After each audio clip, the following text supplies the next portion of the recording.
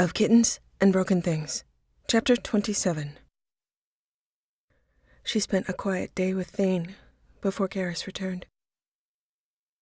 She spent most of her time alone with her parents, reading and watching everything, over and over. Thane had an itinerary planned. She'd never had an itinerary. She'd only had a schedule. It made her smile. Itinerary sounded so much more drell. He made certain to qualify that if she needed to cancel or Garrus took precedent, all was easily rearranged. The next few days were about clothes. She'd had no idea clothes required so much work, but there were different designers and different considerations, apparently none of which she understood, but it was part of an itinerary, so she did not argue. If and ultimately when that all went well, he seemed determined and she was clueless, then they could begin public appearances.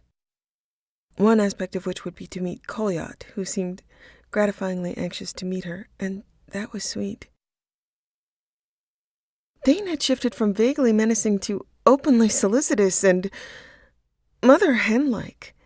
Even her mother had not henned her this hard. Okay, that sounded wrong.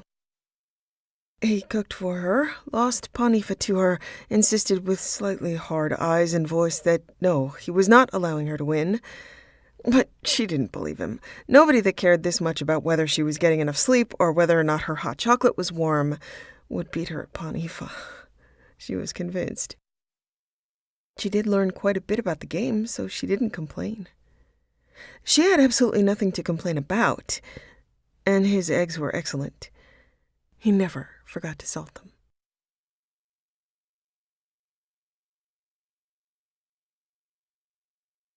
When Garrus arrived for the evening, there was not a possible need or comfort that Thane had not addressed. Garrus moved through the apartment, found her fast, picked her up, and she was beginning to feel between them that her feet should not touch the ground, literally or metaphorically. 5 days. What? 5 days, Limayath. That's when we leave. She raised a brow, but didn't say, "That was fast," or any version of swear, but that was fast. Yes, counselors got their way. 5 days. Swear word. Then he was intending that she not think, but she said fast, "Wait, leave on the 5th day, or leave after the 5th day?" He tilted his head. Leave on the 5th day. So, 4 days. Swear word.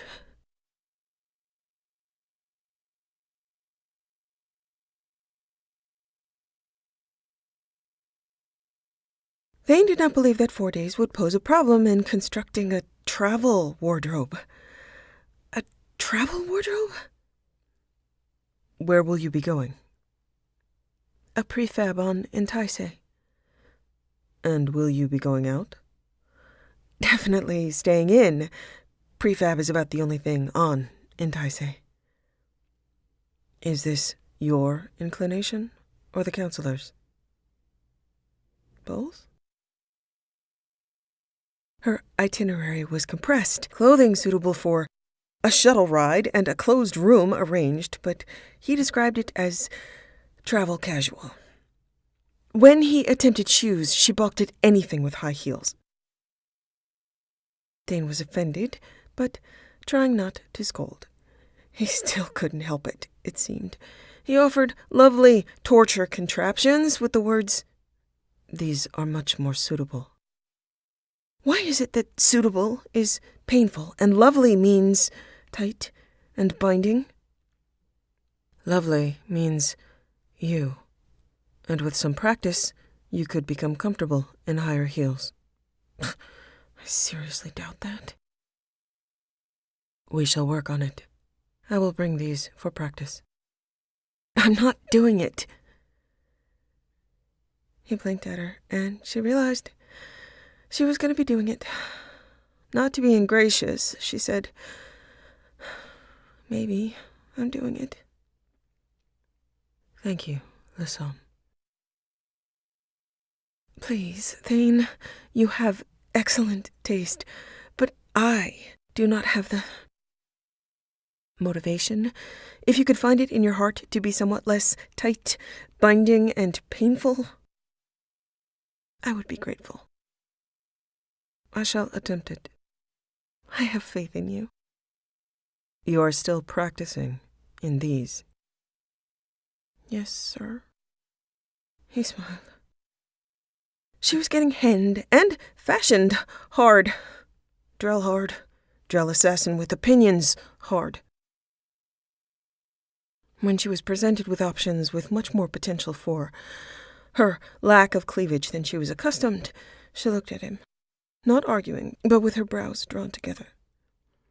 It was lovely, a rich green in some sort of silk, and completely, for her, unwearable. She fidgeted and held the neckline closed after fitting, and he gently removed her hand from the fabric, which she was probably getting all human with her hand, and there was wrinkle potential. How much did this stuff cost per square inch?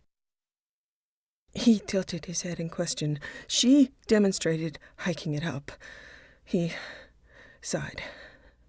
His sighs were becoming more and more evocative. He ran his fingers down the edges of the neckline, and her blush was immediate and feral. She dipped her head down. He closed maybe an inch from either side and was not exactly happy, and neither was she. A compromise was born while she couldn't look at him, and he took advantage. Heels got lower, but not low. Necklines got higher, but not high. Clothing got looser, but not loose. She hated to disappoint him, but she also would hate not being able to wear any of it because she was too embarrassed to leave her room. The fittings were entirely private, and they both traveled cloaked because she imagined he simply could not be seen with her yet, and she maybe understood why after seeing such beautiful things. And then putting back on what she traveled in to get there. At the second stop, he chose a few things off the rack, although they made him sigh, and arranged for the rest to be delivered along with a tailor to make any alterations within 2 days. Nobody, other than her, argued with him about anything.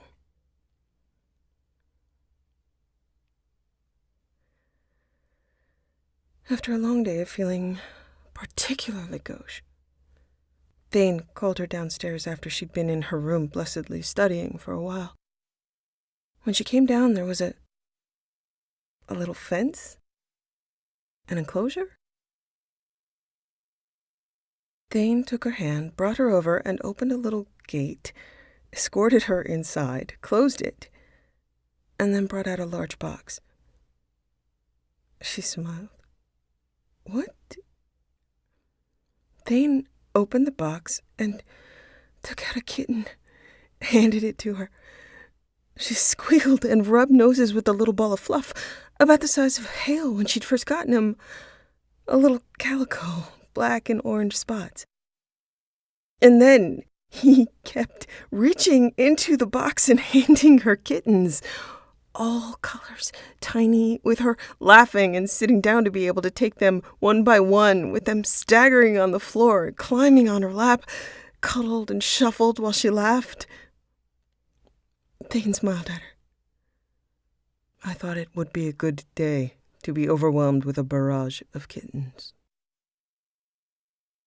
She was laughing as he scooped out more kittens, 20 in all, some in colors she'd never seen, one with a wobbly neon blue stripe on white, another fully scarlet, including the eyes.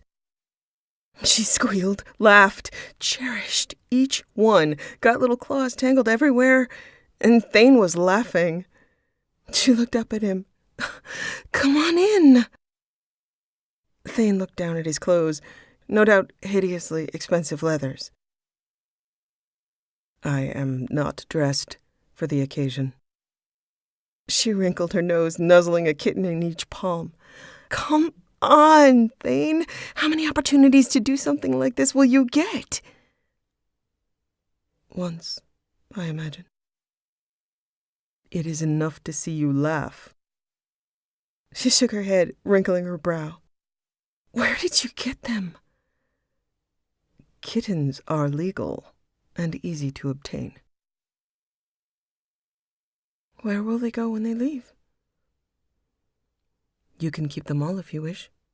They can stay here. We can hire a kitten sitter, or we can return them to the purveyors. They will all be adopted. Kitten rental was easy to secure. Kitten adoption would be easy as well. She was reassured, wishing them all happy homes, knowing she couldn't keep them all. But she wanted to. She held mostly still so she wouldn't hurt one, with her being climbed all over, disengaging errant claws and talking to them. This is the best, Thane. Thank you. I wished to see you laugh, Lassam, and I am not often equal to that task.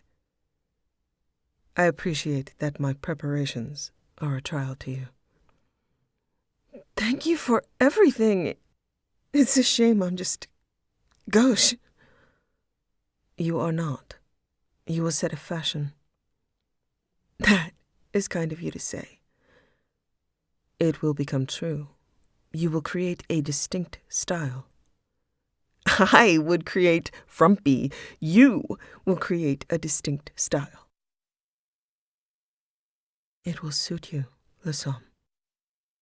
She believed him and gave herself over to the barrage of kittens. He helped keep them clear, so eventually she was able to lay back and be climbed all over until she was laughing so hard she could barely breathe. Do you think Kolyat would make a decent kitten sitter? I am certain he would. Okay, I'm keeping one. Do you want one? No. You could dress them up in little kitten outfits. That is tempting, yet still, no. She closed her eyes and waited until a kitten crawled up on her face, with her laughing and almost shaking them off.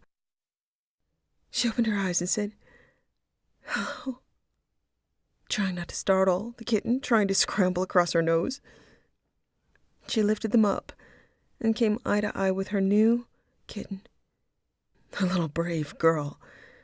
She was white with spots, a pattern around her that almost formed a ring of irregular spots in brown and black. Carousel.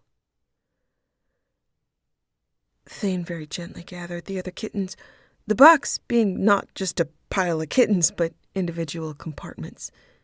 He took it to the door, and someone politely picked them up and brought them back to whence they came, exchanging the box for kitten paraphernalia. Kara stood up and brought Carousel to Thane, handed her over, with Thane politely saying hello. Carousel sniffed at Thane's hand, started licking at him, which caused Kara to laugh and Thane to freeze, wondering if there was going to be a small cat heart attack. There kind of was, and Thane had to bring out both hands to steady the small animal, trying to keep her from overdosing on venom, but she wouldn't stop, and Thane couldn't exactly throw her at something. Kara was too busy laughing to do anything, and the little kitten tipped over sideways in his palm, clearly stoned, but definitely breathing.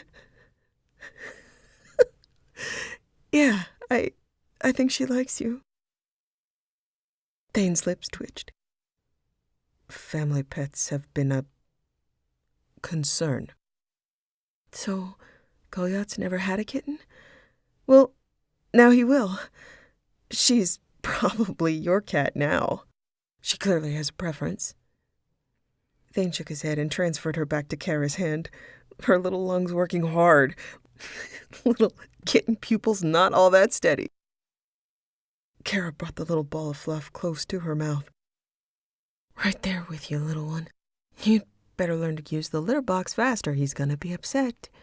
And no claws on the furniture. He has ways.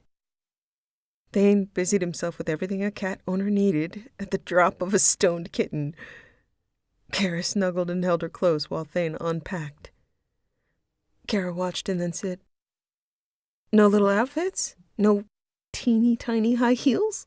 Nothing strapless at all?" "She is too young. Perhaps in a few months." Was that a joke? It is possible she would cooperate. That is a joke. I do have a sense of humor, Lassam. Yeah, you do. Just not about necklines. Necklines, Kara, are serious business. Kara covered Carasel's ears. Don't listen to him.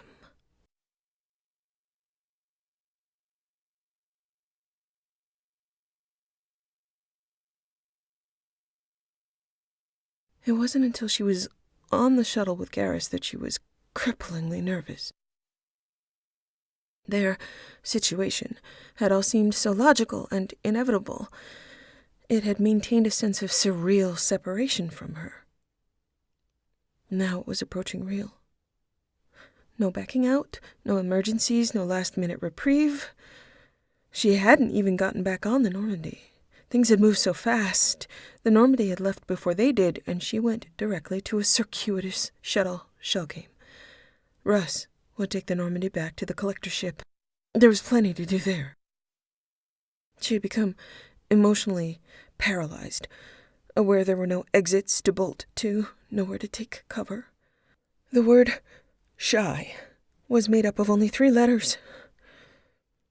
The word did not describe this. There'd been too much build-up, too much importance. She was bound to be a disappointment. She'd been so busy deferring and now realizing that her body and experience, as a payoff to all that anticipation, would not deliver. Why had she made him wait? They could have been used to each other by now, and never would have built up to this level, with Thane eyeing her satisfaction levels and people's lives threatened. Thane had never threatened her life, just her logic. Garrus, yes, he threatened her life, but it was a joke. Right, joke. And this was the punchline? Sex with me could not live up to all this importance, all this attention, all this intent. Thane's intended outcome had been resolution, so maybe Garrus would be disappointed, happy afterward to return to work. Maybe Thane knew he'd lose interest. Thane seemed to know much more about Turian psychology than she did. She had a moment to consider that probably Vorcha knew more about general psychology than she did. She tried, but she was missing so much in experience and application. Garrus's bond would be consummated. Nothing more for his body to drive toward. Maybe after that, he would be content to remain at his desk. No need or inclination to repeat the experience. That would be best and most likely, right? The overblown passionate haze burned off. Duty remaining. He would not be tortured and could focus. The mission would continue with everyone's heads on, facing the correct way, and steady. She was the one that had mismanaged her own relationship to the point that it became a group problem, needing a group effort to solve. It would be her fault to have him be her desired forever, and have her be his miscalculation. She felt slightly nauseated. He was trapped. He could never choose another Turian. Or maybe he could. This experience is so disappointing that any Turian female in comparison would be a relief. She closed her eyes and remembered her description of herself. I really can't take much. I don't want to take it. I don't want to prove that I can take it. I am not extreme. I am not in the set of extreme. I am outside that set, in a little tiny fluffy bubble somewhere, alone, hoping not to collide with another harsher Venn diagram set that likes to shove and swear. Add to that, being gauche by nature. Turians did not idealize fluffy bubbles. They ate them, or those bubbles were not worth their notice to hunt. Unsatisfying in the hunt and in the consumption. She wasn't sure which was worse. She was terrified by what she'd seen in the extranet searches she tried to endure to educate herself. Images of Turian and human sex hardcore. And the only way she could be defined as extreme was as a soft, non-core person, contributing to her nausea and concerns for metagel and critical disappointment. Now she was trying to synthesize that education with what Garrus expected. Which was... what? She wanted him, didn't she? She did if it meant kissing forever. But there were no videos of Turians kissing forever. Turians didn't kiss. They bit. Garrus was different? Was he or wasn't he? She recalled 2 sets of bite marks, proving he was not all that different. She heard Garrus's laugh in her memory after he'd bitten her. Yeah, okay, I'm going to hurt you. She knew reverie would make it not hurt as much, but it really had looked like, and sometimes felt like, hurting was the goal. Is that what he wanted? Pain is proof of... of what? I don't want to take it. I don't want to prove that I can take it. I am not in the set of extreme. Garrus was that set. She was smart, sure, but once he touched her, that was all gone. And she was a fluffy, bubbly, inexperienced, non-extreme human who did not even have an appropriate swear to use to describe how upsetting this was. Downs? The first thing he took was her intellect. The second thing was her will. The most forceful thing she'd ever done while he was touching her was to run away. He would, metaphorically and possibly literally, plow through every possible iteration of her sexual creativity in moments. He would be disappointed and would never show that to her. But he would be. The bright side was she'd get what she wanted, she supposed. What Shepard wanted. What Thane intended. Maybe all of this was Thane ensuring they'd all have the best chance of executing her mission. Maybe this had nothing to do with her relationship with Garrus. She'd thought she'd seen Thane's endgame goals, but maybe this was still game. The experience of being a pawn was unfortunately not new in the recent developments of her life. The counselor's duty would be assured because of his bond. His disinterest in her sexually would be assured by experience and sated anticipation and inevitable disappointment. They'd have someone to help with Shepard's suicidal goading. She didn't want to think about this anymore.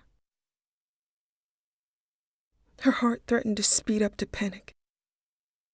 Garrus finished setting the controls. I thought maybe that was engine trouble, but that's just your heart, huh? She pressed her lips together and swallowed hard. He turned to her and smiled. I don't suppose you'd tell me if I asked. In theory, it's supposed to be fun. Depends on what it is, doesn't it? Especially if I've never done... She stopped talking and looked forward, didn't look at him, couldn't look at him. He looked at her, at the familiar and cherished creeping flush at her throat and now double-hammering heart, enjoying her face in profile. He was at peace in his way, everything he wanted right here. He wanted to help, but he also loved her like this. It would likely take still more adaptation to realize the extent to which he made her nervous, always had, and that all his nervousness was unnecessary. It was still a new thing, her open vulnerability, something experienced with the race of his heart, which she could not hear. His obvious answer to helping was to pick her up and add moans to the composition of Kara. Instead of making his question rhetorical, which was a mistake with her, he'd speak to her sense of vulnerability and not defense. She appeared to be a caltrop again, still, always. But he knew now that if he gave even the appearance of being about to do himself harm by colliding with her, she wouldn't allow it. She'd protect him. But would she protect him with the truth or an evasion? His lips tilted and his stomach clenched. He couldn't get used to her tactics. But protecting him was Kara's core, and Shepard shared that. He could speak to all the women she was at once. Odds were right now she was worried about him and not herself, though it looked like she personally was frightened. He'd have to learn that in all the time he'd spent trying to reassure her, she was worried about him, about everyone, almost never herself. Even when her personal space had been violated and churned, all she cared about was the end outcome. Her life was invaded, and his job was to reassure Russ. She had felt responsible for his discomfort, her personal blame experienced backward. If she could find a way to be over-responsible and remote, she would. He asked, "How often do you try new things?" Preferably never. He heard her in backward Kara style. She was not insulting him. It could sound that way, though. He asked, "Can you swim?" Yes? He nodded and then said, "If I tried, I'd sink. I've heard that there are a few different ways to get into water with a colder temperature differential, as a human. Jump straight in or wade out inch by inch. Which sort of human are you?" She smiled. I did my own comparison study. Inch by inch in cold water is a series of small shocks over time. Jumping is a huge shock, but it's over faster. More time spent enjoying swimming. So given your temperament, it'd be good right now to get over the shock fast. Instead, you're anticipating maybe a series of smaller shocks over time, and maybe not being able to swim once you're immersed, so to speak. Learning to swim was not a problem because the water was indifferent to my presence. You aren't. So she was worried about him. "Well, I tried to dive in a few times. You stopped me." She breathed hard through her nose and contemplated her tendency toward honesty when asked by him. This slide down a slick hillside of honey when she tried to find her feet around him. I don't want to stop you. But I don't know how, and I think... Her thoughts nodded and pulled tight, and she did not want to burden him with this. "Together, Kara. We do it together. Truth and touching." She swallowed harder. I won't be enough for you. Ever. I'm not Torian, and not hardcore, and I'm probably just gonna faint. She still held back from saying anything about Thane's intentions because that was on her. That was her interpretation, coming far too late to influence events other than negatively. It could turn into self-fulfilling prophecy if she mentioned it, put Thane's name in a place where it didn't belong, and cause Garrus to resent him even more. If she didn't mention it, she could watch and see what happened and feel his reactions would be more unguarded, more honest. Hopefully. His voice had the flavor of incredulous he hit once he got to a certain layer of her thoughts. This wasn't even the full depth of that layer. Young lady, what kind of research have you been doing? Her lips twitched. The only research available. I'm available. You're why I had to do research. I see your problem. She really doubted that he did. I see that you doubt that I do. Her stupid face gave away everything around him. This will go so much easier if you're honest. I swear you can do it. Empirically, I'm sure you've figured out that's a tough one for me. Plus, I don't think it will go easier. At all. If I'm honest. For good reason. But it is you we're talking about. And you're capable of bravery and courage. Which is the problem here. You're trying to be courageous. You help me out here, Kara. If I guess and I'm wrong, you're just going to agree with me to put me off. Tell me.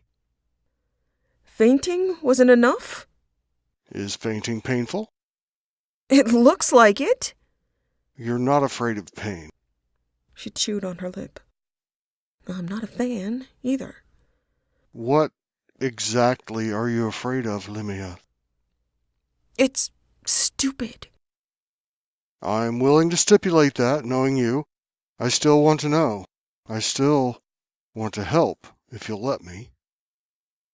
It's really, really stupid, counterintuitive, and I wish I hadn't thought of it. He waited quietly, watching the convulsive swallow of her throat, relieved somewhat to be told it was foolish. He still wanted to know. Her lips twitched. She drew a breath and then stopped. Then she closed her eyes, tilted her head down, drew a breath, and then blew it back out slowly. He waited. When she spoke, some words were compressed and some drawn out, an uneven flow of thick anxiety that clumped and curdled. I'm an inexperienced human. You're an experienced Taurian. You know what you want.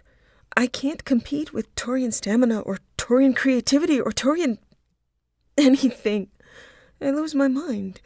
I'm not a challenge, and I won't be one.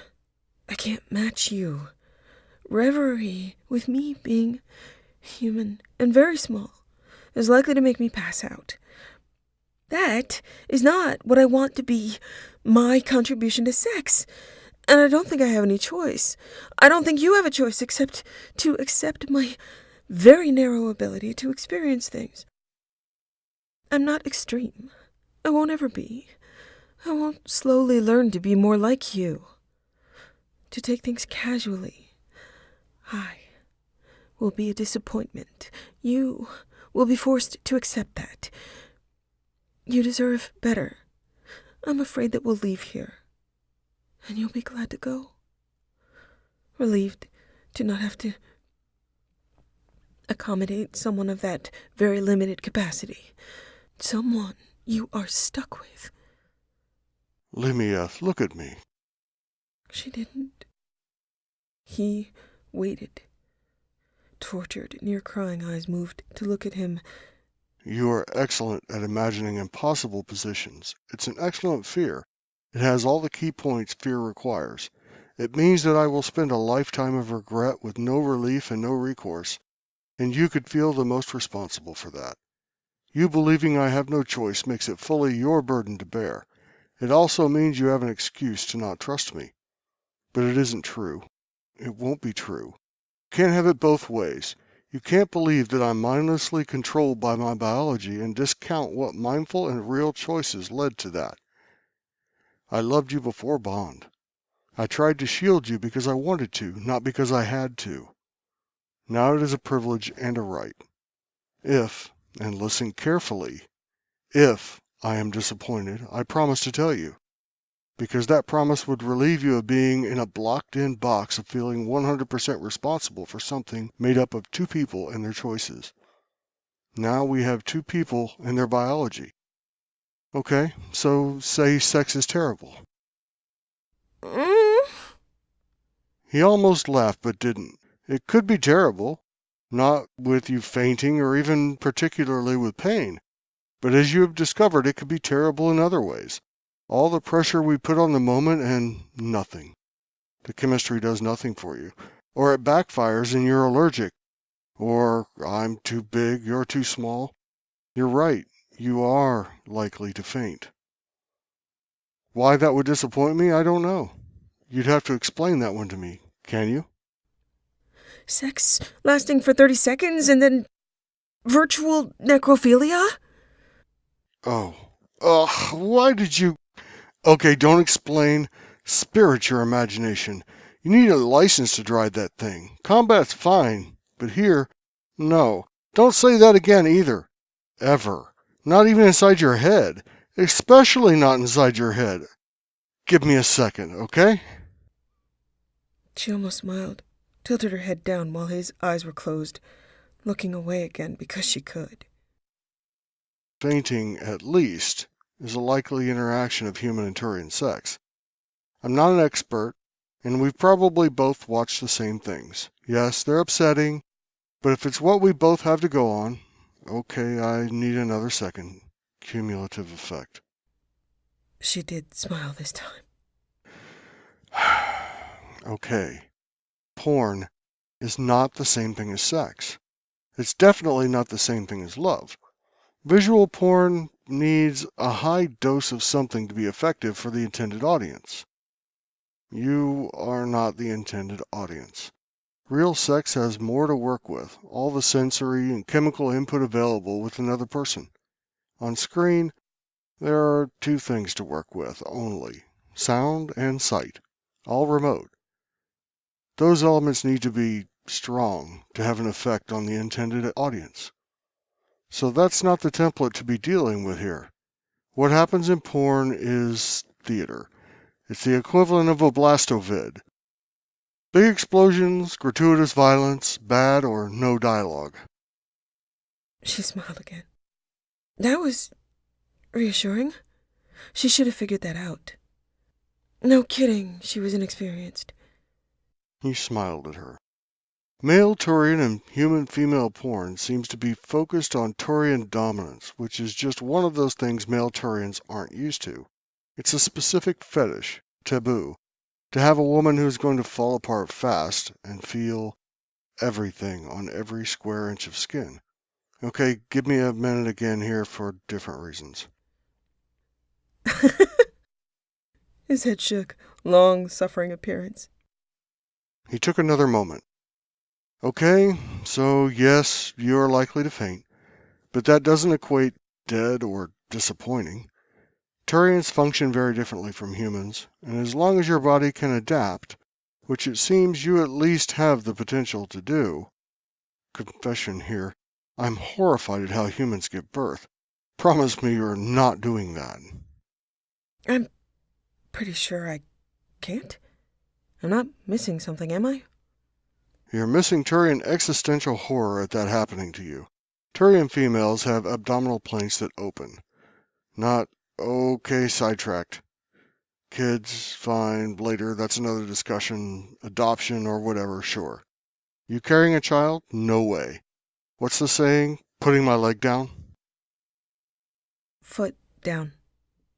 Both feet down. Take advantage of modern conveniences like other people having your children for you. Okay. She was stunned to quiet. She really hadn't thought about children at all. It wasn't possible naturally. He'd thought of that? Enough to look? To do research? She wanted to ask if he wanted children, but... yeah, maybe that was another discussion for later. If they survived. She was still touched that he'd wanted to know enough to do some research. Research was devotion, The center of her nerd heart warmed. She didn't want to let it pass entirely, but she didn't want to talk about raising children with the extranet blasto porn images crowding in on her head. She wasn't worried about childbirth yet. She was worried about just the possibility of attempting sex. There isn't just Turian and human porn, there's human and human porn. I can't discount the painful, but I also can't be sure you can't accommodate. Yes, there's a possibility we can't, or maybe not all. Definitely some, Kara. I will expect, want, and need, if we can join, which I think we can, to remain joined while you sleep. What? I already have the expectation of hours of you sleeping with our bodies joined. Me awake because you sleep much more than I do. So 4 hours of us sleeping together, 4 hours of me being awake, inside. It's not just about reverie or sex. It's about being together as much as we can for as long as we can. I suppose I'm predisposed to somnophilia. I'll insist. You may not have much to say about it. You fainting. You sleep. I don't see how holding you in my arms, joined and sharing reverie for hours, is in any way a bad thing. You're not athletic or creative. You're not Turian. I don't see how I could have made the critical error of judgment to bond to you because I thought you'd turn out to be those things. Has kissing me not been enjoyable? He smiled because he knew the answer to that one. It's wonderful, but clearly not enough for you. And not enough for you either. Yeah, but I don't know what happens next. I do. You could ask. You don't really know either. I can make very educated guesses, Limayeth. I've grown fond of kissing for hours. My next personal steps involve finding out how a human female orgasm works. Since I have no idea, that's going to take a while. After I figure out how that works, it's still going to take a while. She closed her eyes and leaned back. I definitely want to see if your whole body blushes like that. He gave her a moment to soak that one in, then said, If my life with you, Limayeth, is hours of kissing, finding out what makes you blush, finding out what makes you faint, and enjoying every moment of that, with you awake or not, that will be a good life. I promise. If I'm unhappy, I promise to tell you. I need you to believe me, to trust me, that I would give you that, because I understand if I don't, you'll create something unnecessarily fearful in your head, and have that hold the place of what should be something joyous and shared. You should not transmute that into fear and distance because you're used to making all the decisions as absolutes and alone. You need to learn to compromise. You've been afraid of my bond being too strong. Now you're afraid of it not being strong enough. You need to make room for compromise being something that works. That maybe we can make it work because we love each other, and we're strong, capable people. I'm not sure that if it works out well, that I will want to leave. Ever. You won't. I won't. Withdrawal from reverie will be physically painful. I imagine that on our last day here I'm going to begin to regret the idea of just handing you back to the galaxy without conditions. Just like you right now are beginning to regret agreeing to a week alone with me, not knowing what will happen, being afraid of my expectations. I still will bring you back because I have to. I prefer that we part for duty and not displeasure, and rejoin again out of joy and not duty. I won't do that to you. I promise you, Kara. I won't do that to you. You tell me what you need. I will try to understand and help you find a way to see that it's what we need together. If I have a need, I will make it known. I have a track record of doing that. You should establish one yourself. You just need permission and practice. And if you faint, every time, however long I expect sex to take, 2 hours, 4 hours, 6 hours, I'll just do something else for 5 hours and 59 minutes and 30 seconds. Yikes. He laughed, and then she looked at him.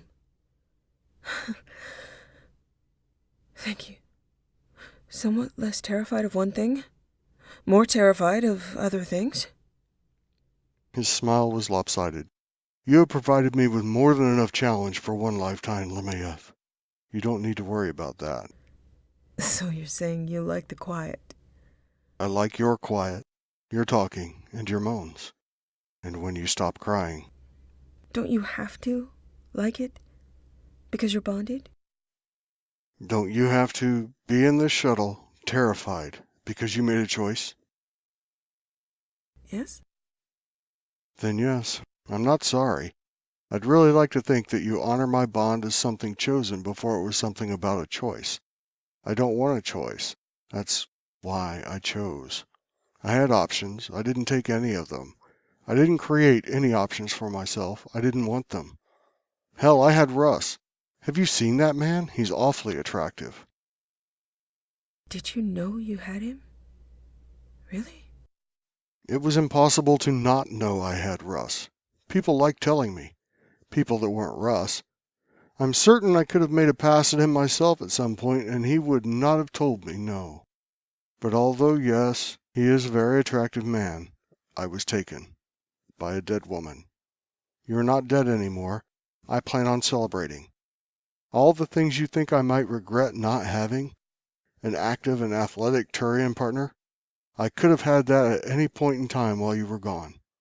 Instead, I chose honoring your memory.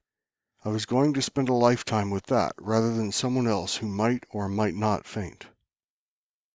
I'm glad I'm better than nothing. For once, Lemeyev, take a compliment and don't find the dark side immediately. At a certain point, I hope you can have faith in me the same way you have faith in the fact that I glow. The way I have faith in you despite your crazy, though I will still complain and you can still complain. Am I still glowing? Yes. You'll tell me if it stops? That sounds like a terrible thing to tell you. It's important. I hope it never happens. But if it does? I don't know. I wouldn't have an explanation. We work out answers together, Lemeyev. Maybe it would mean I no longer require faith because you have experience. Maybe I'd look forward to that day. Maybe you'd hate it.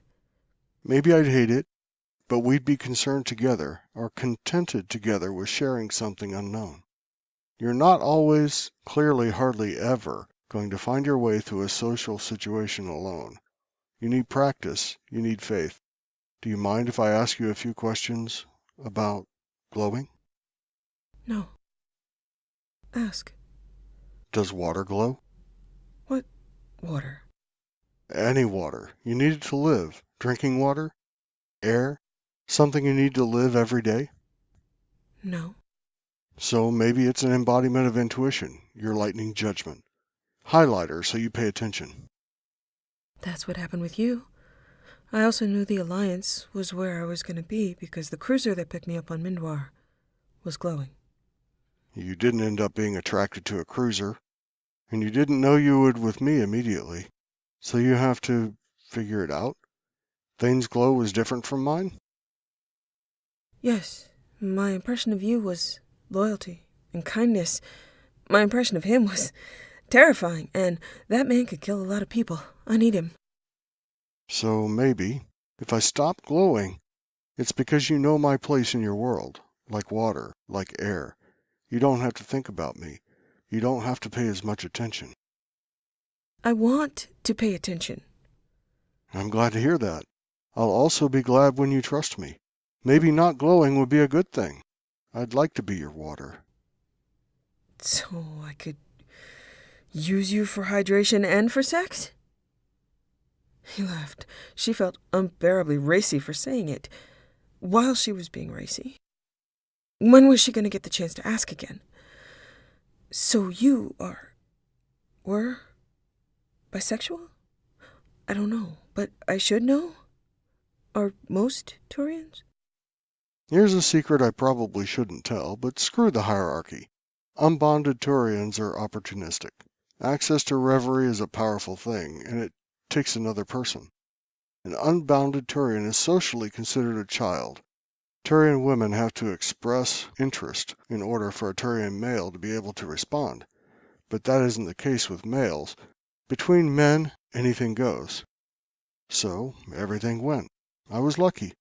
Being a Vicarian helped. Being my father's son, even more. That's a lot of status. I was usually pursued one way or another, and I rarely slept alone. Predominantly women, some men. Russ, well, he never made a pass at me. I talked about you too much. I had strange markings on my chest I wouldn't explain. I didn't invite anybody to ask about them. Ignored the question if they did.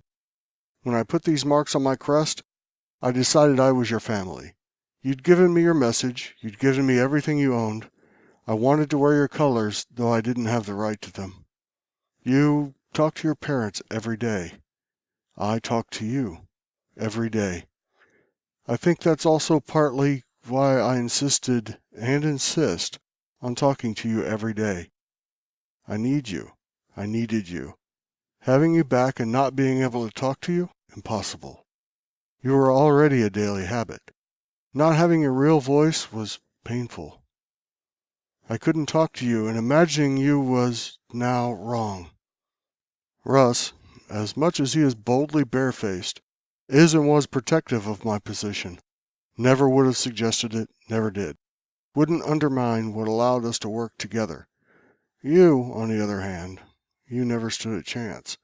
I know I did the right thing, for myself, bonding to you. I'll try to make it the right thing for you. I'm grateful to hear you were, in your way, inclined to agree.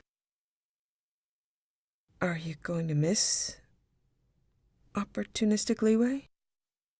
No. Bond means that unless it's you, I'm not interested. I'm locked in. Not someone like you, not someone resembling you. You. It's chemistry, but it's also choice. I think I made the choice aspect briefly after your death. I also knew Bond itself. The opportunity was lost, but I honored the choice. It is possible that Turians with broken bond, those who have lost their partners, can find solace in each other, but that's rare. Most settle for pining. I was comfortably pining before you came back. It was working for me. I had my focus on my job, the job you gave me. It was, in a way, our job. Just the same way Anti-Se became our place.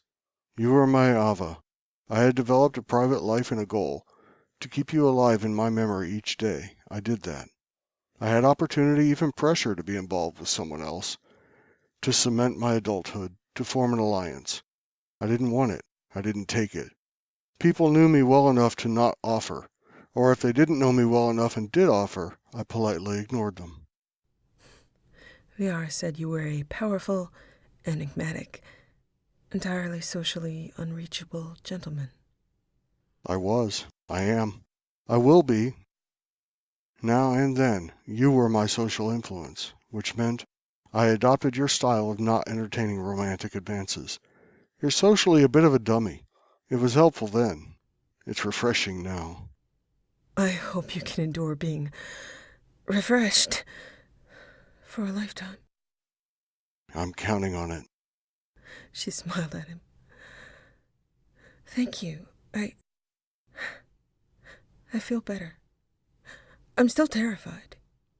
Just rely on your friendly, powerful, enigmatic, socially motivated gentleman. And please forgive me for my lack of any of those attributes. You're friendly. You're very friendly. To prove it, he extended his hand to her, and she took it. Now was when he was willing to allow reverie to speak for them both. He sat back in the pilot's seat, would be aware of the controls, but the shuttle could manage on the settings to land itself. He wanted to taste the patches of red on her skin. He said, "You have choices, Kara. This week is for what I want, but it's time for getting to what we want. You want things for yourself, don't you?" She nodded against his chest. "Then let's figure them out together. Don't be afraid. Do be expressive. Do you want to rest until we get there? I'll hold on to you. Do you want to talk? We'll talk. Do you want a kiss?" The word was barely out before she lunged for him. Friendly lunging was very good.